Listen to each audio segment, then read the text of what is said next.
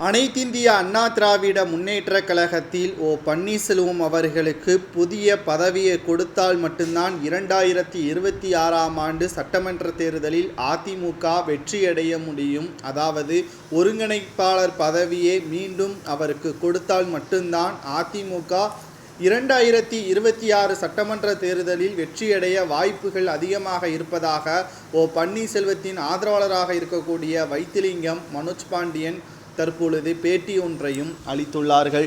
குறிப்பாக நாம் பார்க்க வேண்டிய விஷயம் என்னவென்றால், அதிமுகவை பொறுத்தளவிற்கு எடப்பாடி பழனிசாமி அவர்கள் சிறப்பாக செயல்பட்டாலும் அதிமுகவின் தொண்டர்களை பொறுத்தளவிற்கு எடப்பாடி பழனிசாமியின் பேச்சை கேட்பதா என்ற ஒரு மனதாபங்கள் ஏற்பட்டு கொண்டிருக்கிறது. இதனால் அதிமுகவின் தலைமை சொல்கின்ற ஒவ்வொரு கோரிக்கைகளையும், அதிமுகவின் திட்டங்கள் அனைத்தையும் அடிமட்டத்தில் இருக்கின்ற அதிமுகவின் தொண்டர்கள் தான் அதை நிறைவேற்ற வேண்டும். ஆனால் அவர்கள் அந்த வேலைகளை சரியாக செய்யாத காரணத்தினால்தான் மக்களவைத் தேர்தலில் 7 தொகுதிகளில் டெபாசிட்டை இழந்தது, 14 தொகுதிகளில் 3வது இடத்திற்கு தள்ளப்பட்டது என்ற அனைத்து விதமான மோசமான சூழ்நிலையும் அதிமுகவிற்கு ஏற்பட்டிருக்கிறது.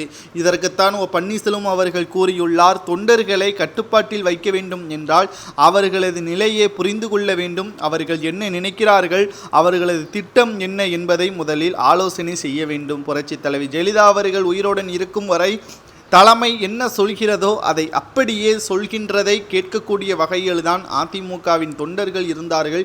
என்றைக்கு பிளவுகள் ஏற்பட்டதோ அன்றிலிருந்தே இவர்களது ஆதரவாளர்கள் இவர்கள் என்று பிரிவுகள் ஏற்பட்டதன் காரணமாகத்தான் எடப்பாடி பழனிசாமியின் மீது கடும் கோபத்தில் தற்பொழுது வரை அதிமுகவின் நிலைப்பாட்டில் ஒற்றுமை இல்லாமல் மிக பெரிய அளவில் பேசும் பொருளாகவே மாறிக்கொண்டிருக்கிறது. முழுவதுமாக நாம் பார்க்க வேண்டிய விஷயம் என்னவென்றால், அதிமுகவை பொறுத்தளவிற்கு எடப்பாடி பழனிசாமி அவர்கள் செய்த அனைத்து விதமான செயல்பாடுகளும் தொண்டர்களை முழுமையாக பூர்த்தி அடையவில்லை.